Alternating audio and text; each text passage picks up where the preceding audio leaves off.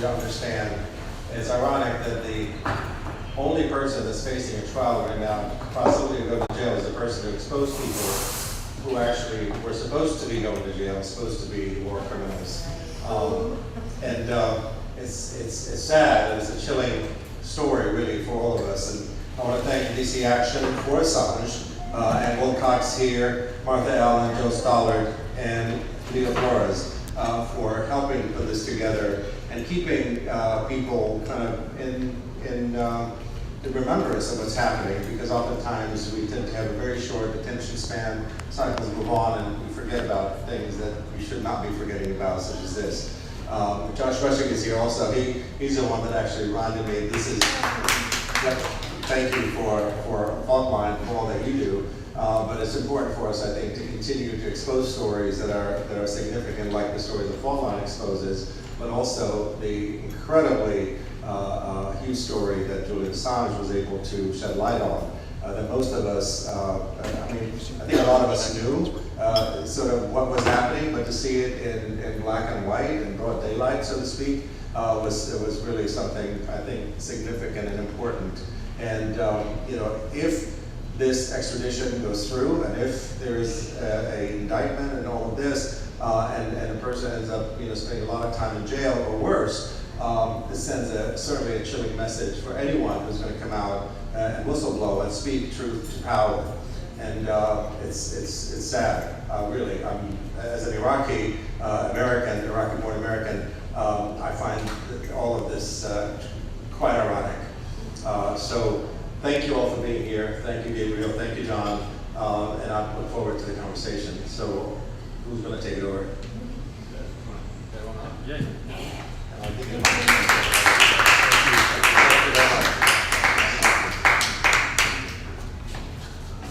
Thank you.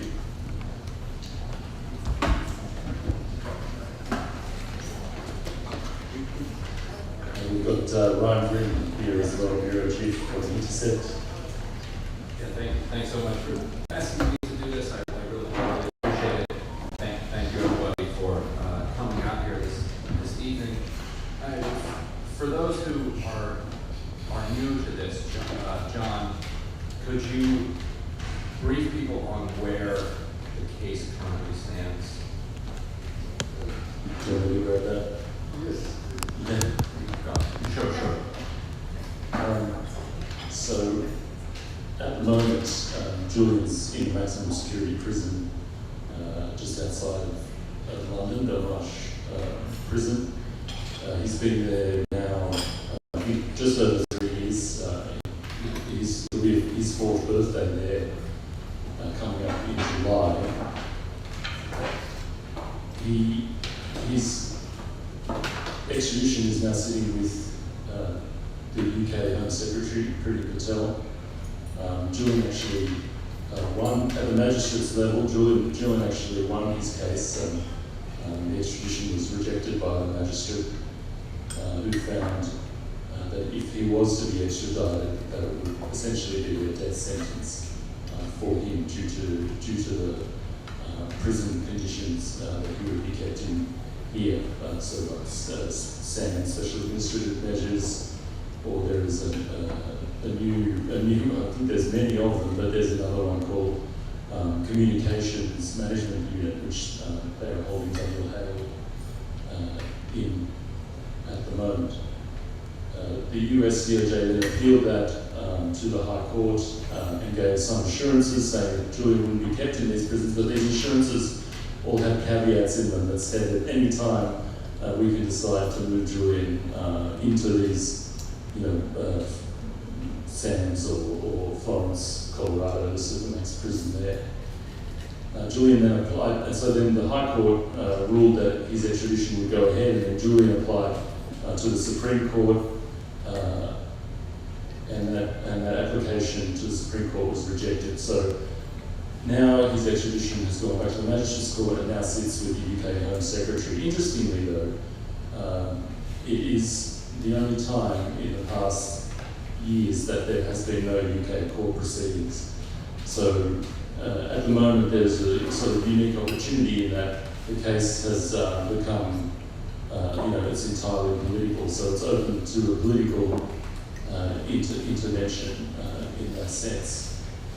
If Priti Patel signs off on the extradition order, then Julian has another chance to appeal to the High Court, but this is the same High Court that has ruled against him in the past. And it was actually the Lord Chief Justice who ruled against Julian, so he's the highest judge in England and Wales. So there's a small chance that he will get an appeal approved, but I think very, very unlikely. But still, all this time, he's not convicted of any crime.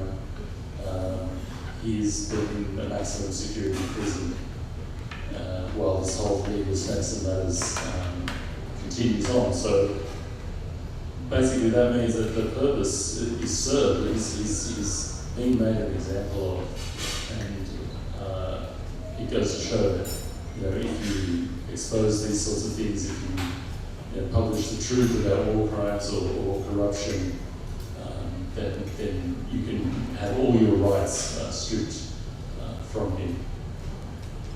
And John, and both of you have been traveling the world trying to raise pressure, to increase pressure on the U.S. government to back off of its prosecution here. And I'm curious how your time here and how the atmosphere here in the U.S. differs from the reception that you get in other countries.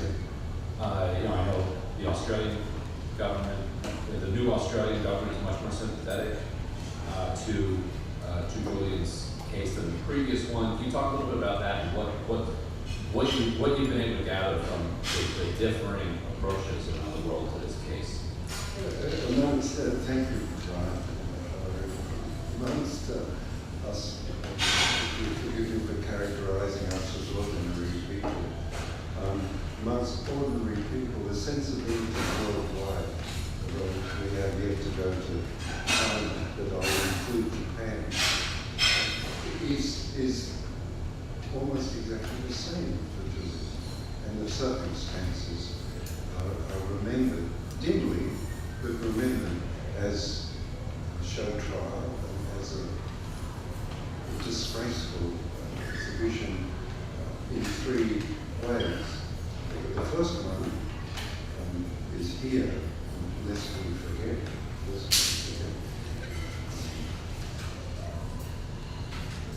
I think he's a high-tech terrorist that's become president, trying to fit Julian into the Patriot legislation. I think he's a high-tech terrorist.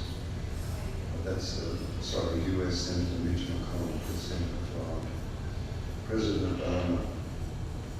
I wouldn't be unhappy if Assange disappeared. Tom Flanagan, former Chief of Staff, Canadian Prime Minister. Let's be clear, WikiLeaks is not a news organisation, it's a criminal enterprise. That's Mark Tyson, former speech writer George W. Bush. Why can't we act forcefully against WikiLeaks? Why can't we use our assets to harass, snatch, neutralise Assange and his collaborators in Abbey Road? That's Bill Crystal, journalist, November 2010. Julian Assange poses a clear and present danger to the American national security. WikiLeaks founder is a reckless provocateur. He's aiding and abetting terrorists in a war against America. That's Jeffrey Cummett, columnist for the Washington Post 2010. Julian Assange engaged in warfare, information terrorism, which leads people to being killed. He should be treated as an enemy combatant. Newt Gingrich, 2010. That's just too much. A dead man can't leak stuff.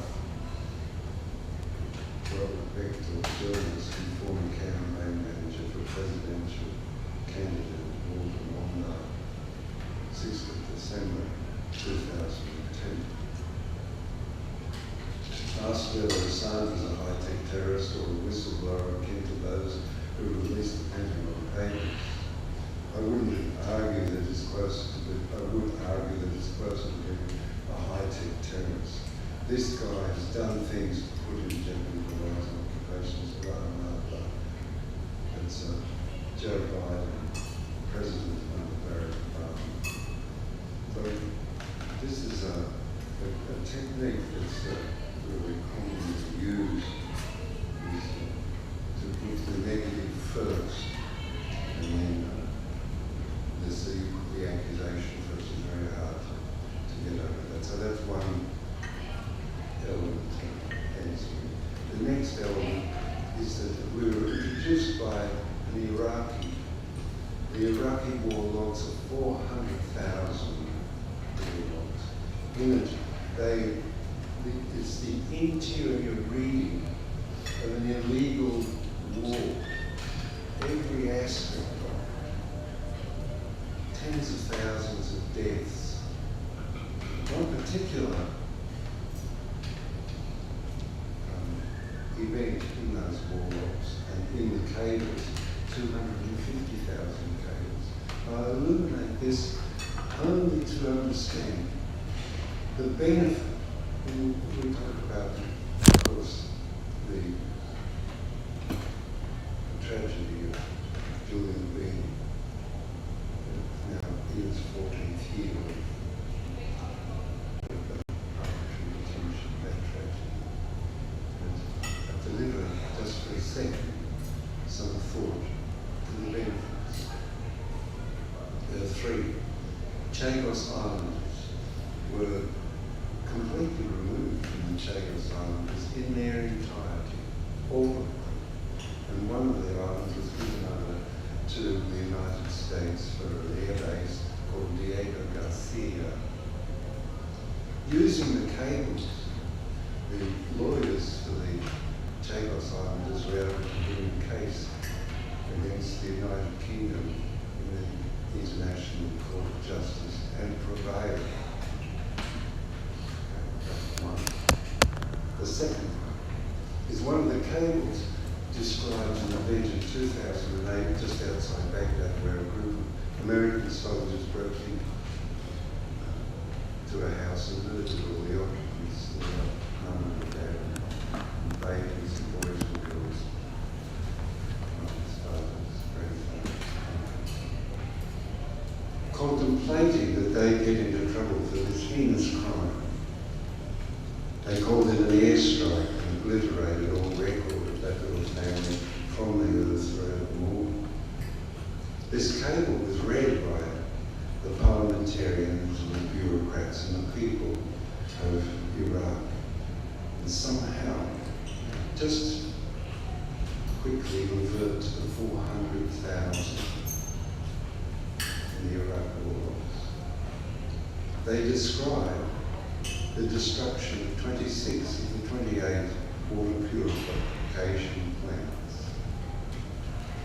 meaning that mums couldn't give their kids a glass of water for fear of dysentery and see their children, that child, shit itself to death. Can you imagine? Does it tear at the heart?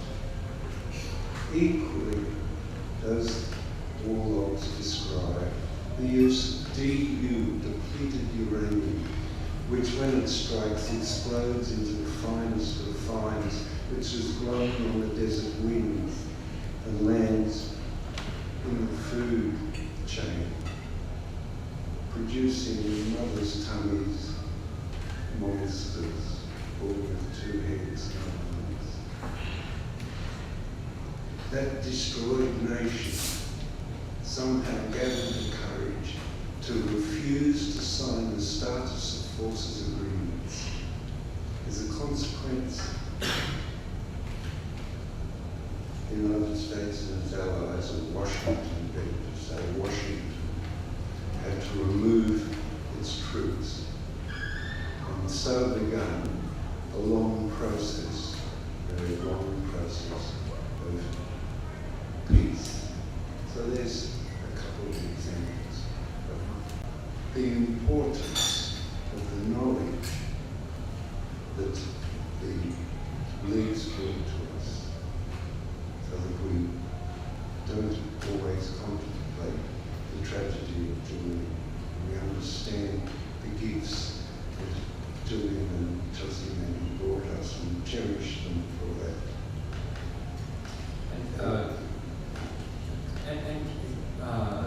Gabe, have you had any communication with the new Australian government? You know, the Labour Party is now in power, and as I was saying, much more sympathetic to Assange's case than the previous government. Is this something that they're just saying publicly because this is something that they've said and now they're in power, so sure, we still agree with it? Or do you think this is something serious? Do you have any sense of whether or not there are communications going on between the Australian government and the US government, or the UK government about this case? So before they were in power, the Labour Party, or the leader of the Labour Party, Anthony Albanese, said that he doesn't see what purpose is being served by Julian being in prison. He also said enough is enough in terms of what Julian has endured. He's now Attorney General, has made a statement saying he doesn't see why the person who published these leaks is still in prison while the person who leaked them is walking around living free. So interestingly, that was before they were in power. Now they've taken up government. Previous governments in Australia have always said, Julian's getting consular assistance, and this is a matter before the courts. They weren't really giving him any consular assistance at all. Sort of treating him like a backpacker who lost his passport, basically. But now the new government is in place, and Anthony Albanese, the Prime Minister, has asked, does he stand by his statements, his previous statements? And the rhetoric has changed. So he said, not all foreign policy is done by loudhailer or by bullhorn. So, that indicated to us that there is some diplomacy happening behind closed doors, and that the position of the government has changed. Now, that's been repeated by his Foreign Minister, Penny Wong. She's repeated those statements saying, the Prime Minister said this. So, outwardly facing statements, have certainly given us some indication that this new government is willing to sort of do more than the previous one. But this is, off the back of, at the end of last year, there was a survey done in one of the national newspapers. Do you agree Julian Assange should be brought home to Australia? 71% of people surveyed agreed with that statement. I think there was 15% who said they didn't know, and then 14% said no. So there's literally, it's the government's job to do what the people want them to. These surveys and the Australian people really want Julian brought home. When we were at the airport coming here the other day, when John and I were sitting at the gate, and people are coming up to us and saying, good luck. I hope you campaign goes well. So people recognise us now and say, good luck. Bring him home. Bring him back. So that immense support really just gives us a lot of energy. Even in the immigration line here at LAX, someone turned around to us and said, I recognise you guys. Yeah, he should, and then said, he should have been free ages ago. And so look, when we're out in public, these things are happening, and it shows a real shift in people's perception of Julian's persecution.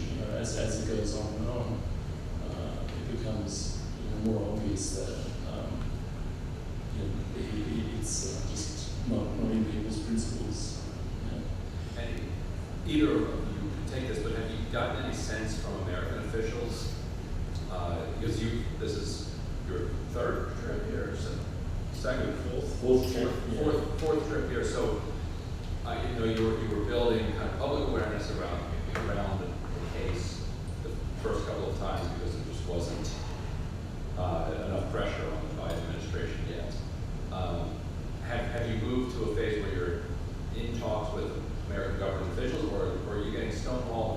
with a similar version of what you hear from Australia. This is a legal case. No politics going on. Yeah, no, not at all. I mean, I think, when we first came out, it was very, very difficult, but, as time's progressed, we're getting more and more responses from Congress people and their staffers and things like that. At the end of last year, when we were here, we had Rokan come out and, make public statements. I think you interviewed him as well about that, about his stance on it. Ilhan Omar has made tweets about it, so I think it is progressing, and we're getting a lot more response out of Congress people and their staffers this time around.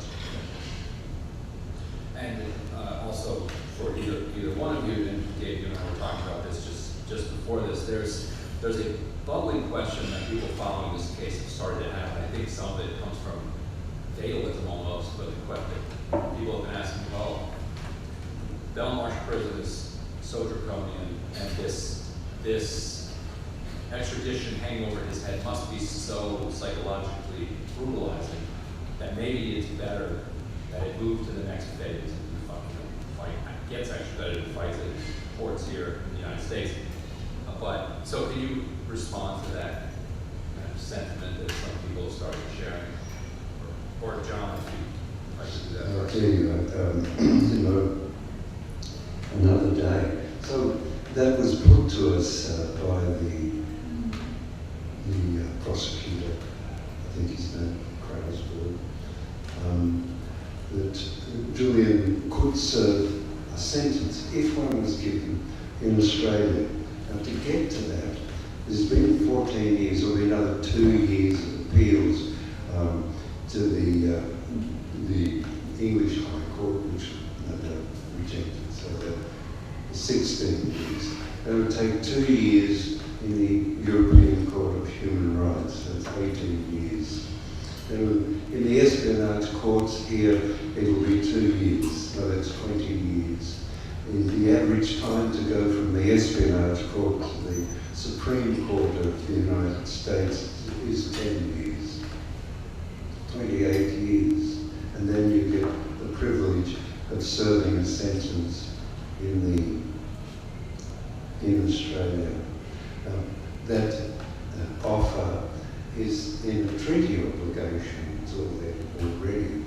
The fact that we have this exchange between Australia and the United States. It's a cruel joke.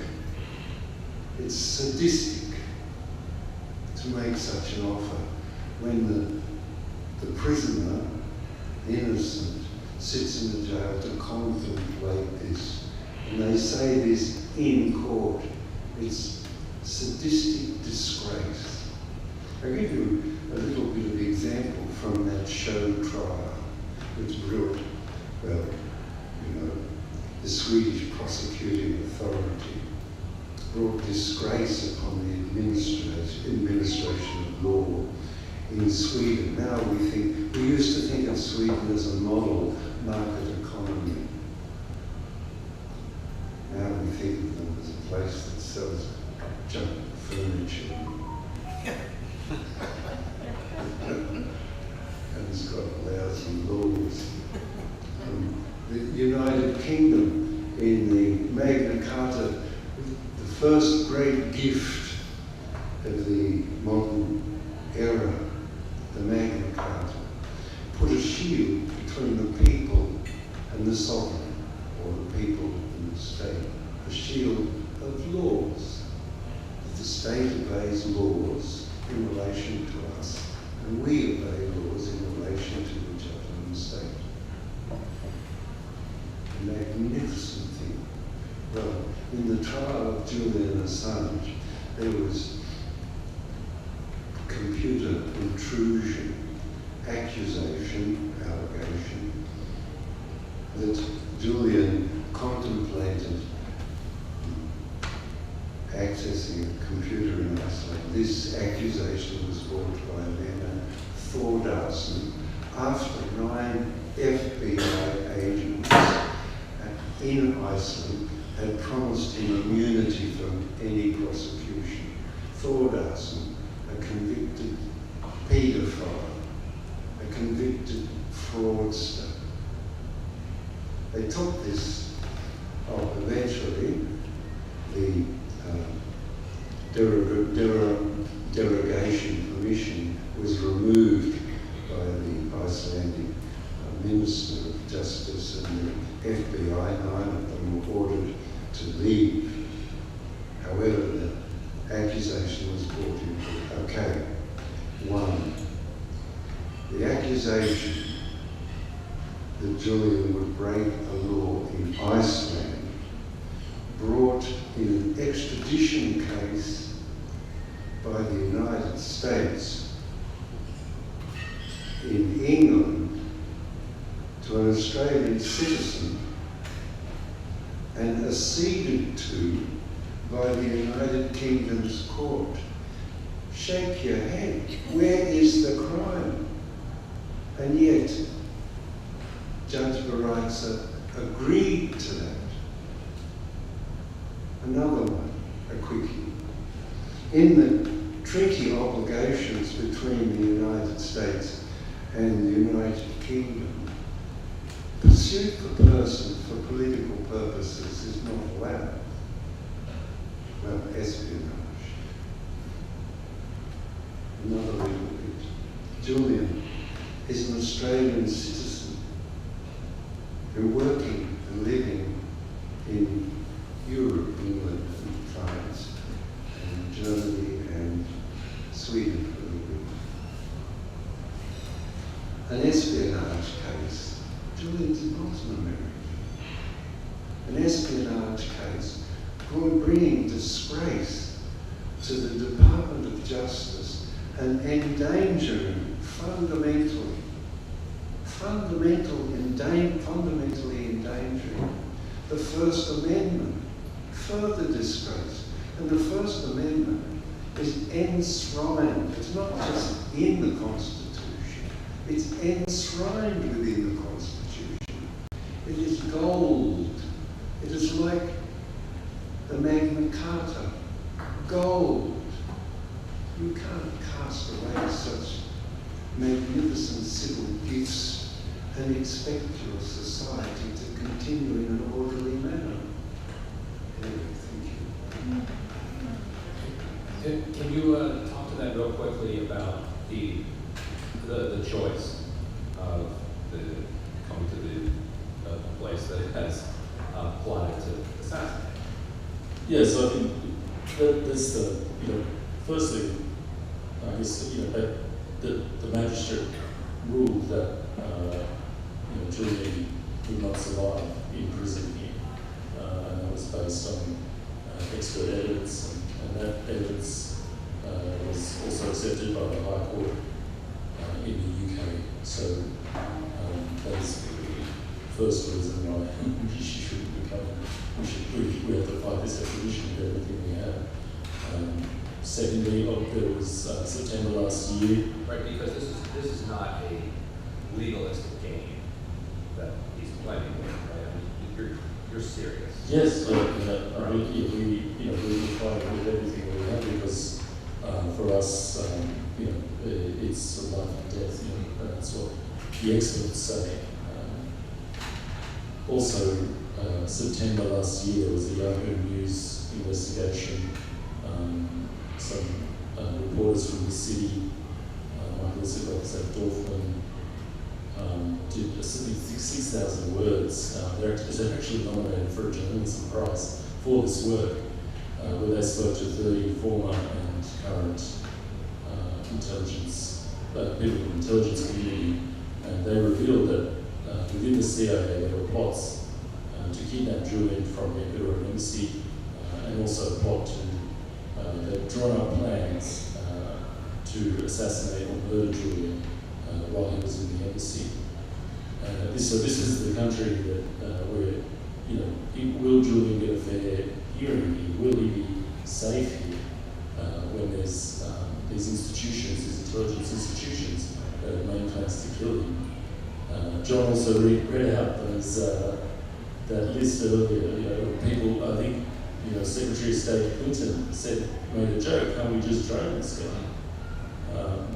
And to send Julian to a country that jokes about his death and actually makes plans within the most deadly intelligence agency in the world to murder him. I think, people who think that it can be one year, that's putting Julian's life on the line, essentially. And you were talking about this earlier. What can you tell us about the Spanish court that has put out a notice for Mike Pompeo? Yeah, so this relates to that investigation as well that Yahoo News did. There was some people who worked for the security company that was supposed to be keeping Julian secure inside the Ecuadorian embassy, and there was 2 whistleblowers who went before who blew the whistle on that company because they weren't there keeping Julian safe. They were spying on him. They were spying on his lawyers. They were spying on his psychologists. They were trying to steal his baby's nappies to find out if he was the father. They were doing, putting high definition cameras in all these areas and then sending the information back to the US, which was then confirmed in this Yahoo News conversation. And then I think a reporter asked Mike Pompeo what, if any of it was true, and Mike Pompeo said all the sources should be prosecuted, but just basically confirming the whole story, which is in true Mike Pompeo, reliable chicken steal style. So just last week, the Spanish judge who was overseeing this prosecution of the security company called Mike Pompeo as a witness before the court because that's how much evidence they have that implicated him in those plans. Does this put him in any jeopardy if he travels to the EU, or is this a type of formality that he can brush off? Yeah, I think. Yeah, I'm not sure. I'm not sure how far down the track it will get. Whether it's like a formal subpoena, or I think he can appear by video link, so he could easily appear without any will. Right. But yeah, I'm not sure. That's a good question. That does it affect his travel in Spain or the EU? John Julian was recently married. Can you tell? This is a nice story. So Gabriel, from his mother's side, there has got Gabriel wore kilts, and the little boys wore kilts. It's sort of cute. And we went into this little room alongside the chapel. We weren't allowed to go to the chapel because of the secular service. Although one of the service we had 2, one was Catholic. I don't understand why they made it. Around the wall, there are emergency buttons here, there, everywhere. And of course, children, they're not enthralled by weddings, but they are enthralled by red and green buttons. The kids trying to push the emergency button. And frustrated guards dashing from button to button with their hand up. The child would go to the next button. And then, of course, the service became serious in its import. And the priest said, you can lift the bride's veil and embrace, which still embraced. Gabriel said, well, don't mind us, continue. And we hoot and laugh and whistle and carry on. So that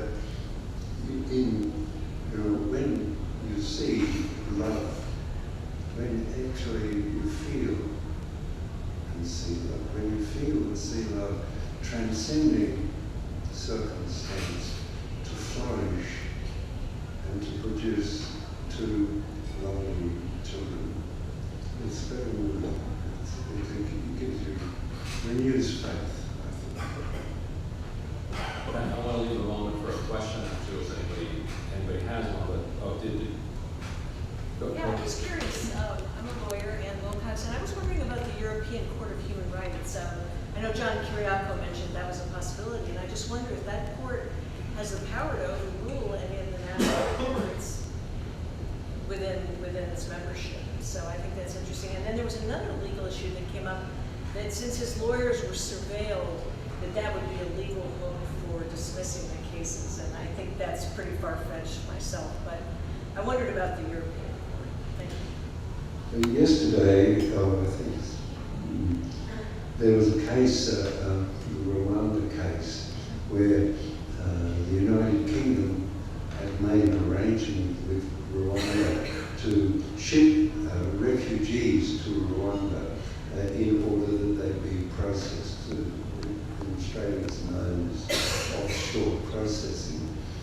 They took a case on behalf of the refugees to the ECHR, the European Court of Human Rights, and the refugees prevailed in that matter.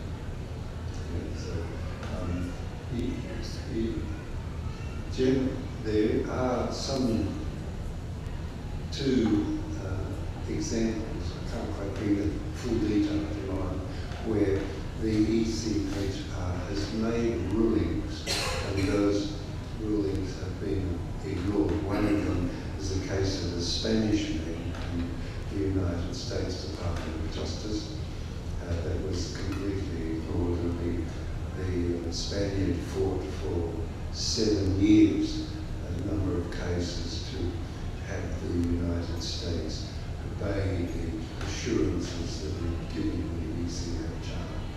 Another one, which I'm even dimmer on the facts, is a ruling by the ECHR that the United Kingdom felt itself obliged to ignore.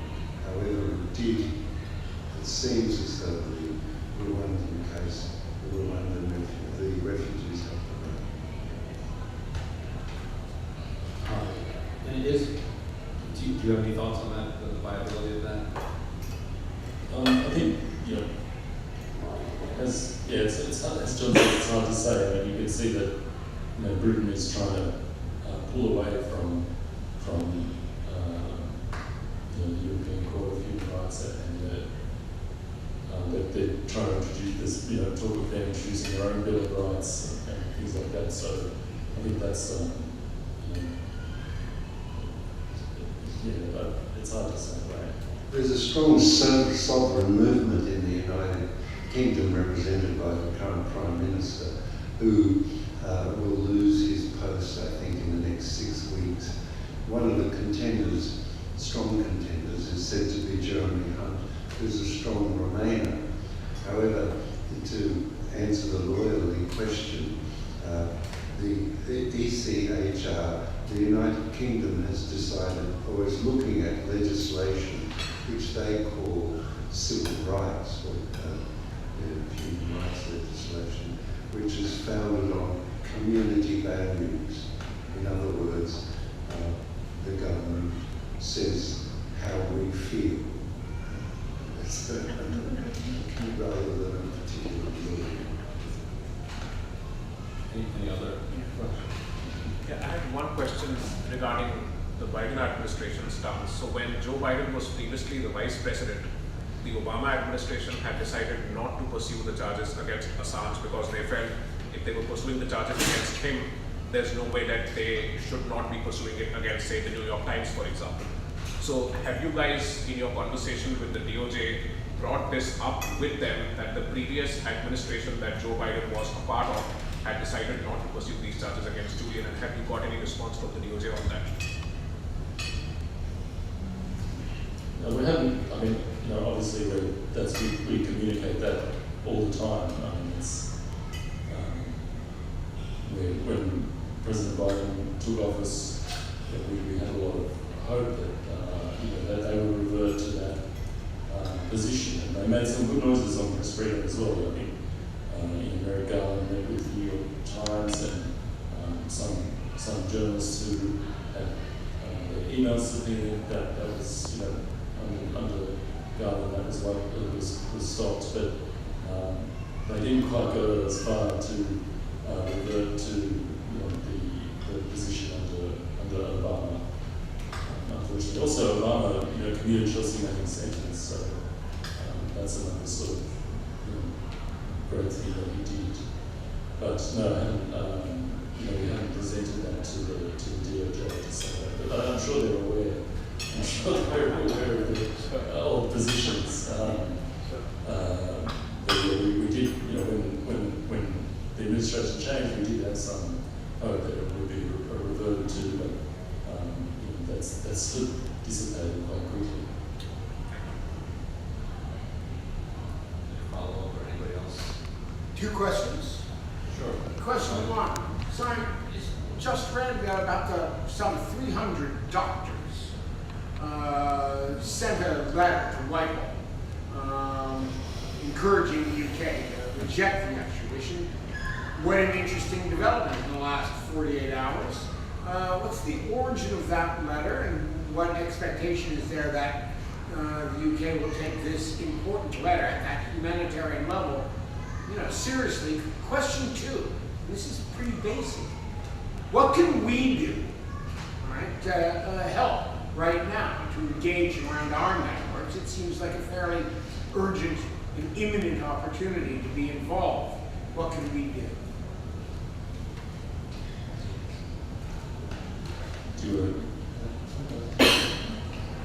So I think the doctors for Assange, that letter was quite significant. There was under previous Home Secretary Theresa May, who ended up being Prime Minister. She rejected an extradition to the US for a man named Gary McKinnon. Gary McKinnon had similar depressive disorder as well as Asperger's as Julian, and Theresa May found that if he were to be extradited, that his human rights would not be upheld. So she rejected the extradition. So that letter could be quite timely, but I think Priti Patel she's very different Home Secretary than Theresa May was. I don't know if you've noticed, but she's there's huge projects outside the Home Office because they're basically sending refugees like John said, sending refugees to be processed in Rwanda. So this is seen as a very, very sort of heartless thing to do. Refugees who make their way to Britain to be processed in an African nation. Yeah. What can people do? We are always asking people just to basically use their democratic rights, get in touch with their congresspeople, their representatives, let them know that they care about what Julian's case means to them, to their free press, to their First Amendment. That's what we always ask people to do, is exercise their democratic rights. It's not enough to do it once every 4 years when you vote. You have to do it all the time. You always have to be involved, and always telling your elected officials what you want from them. Okay. Well, one of the things you can do, which is read this book, because very, very fine record of 2 things: the persecution of Julian Assange, and in a general sense, the collapse of the rule of law, the due process, really important, vital. Also, the collapse of the magnificent civil structures brought into being in the second half of the 20th century. And we all can name them. The United Nations. First president was an Australian, Herbert Baird. As a consequence of his presidency, the structure of the United States was tilted away from the great powers as best we could. 1948, the Universal Declaration of Human Rights. 1958, the institution of the Conventions of Asylum. 1973, UNGA ratified the Conventions of Asylum, the adoption of the Geneva Conventions. These magnificent civil human rights are all abrogated around Julian Assange and abrogated generally. The invasion of Iraq is a particularly heinous example of illegal war, and it's disastrous. How could you say it's greater than a disaster than what has happened to the Middle East since?